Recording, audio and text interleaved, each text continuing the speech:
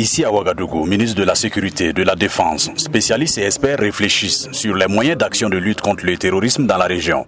Qui est qui? Qui nous mène la guerre? Ces informations sont vitales, importantes. Nous les avons, c'est évident. Mais encore faut-il les mettre ensemble pour arrêter une stratégie plus précise, plus efficiente. Ces refrains sur la coopération, la mutualisation des forces est aussi ancienne que la force commune. Ce matin encore, le vœu de plus de coopération a été formulé.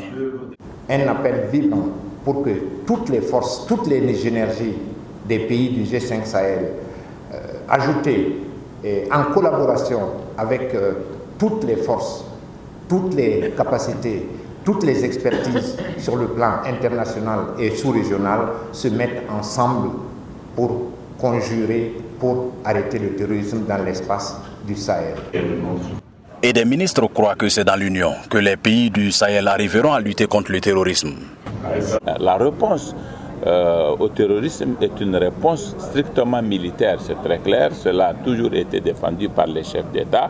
C'est toute une doctrine très forte, un corps de doctrine et qui a été avancée et assumée par les chefs d'État. Mais nous avons besoin de coordonner nos renseignements. Cette rencontre de Ouagadougou se tient au moment où les pays sahéliens connaissent de nombreuses attaques terroristes.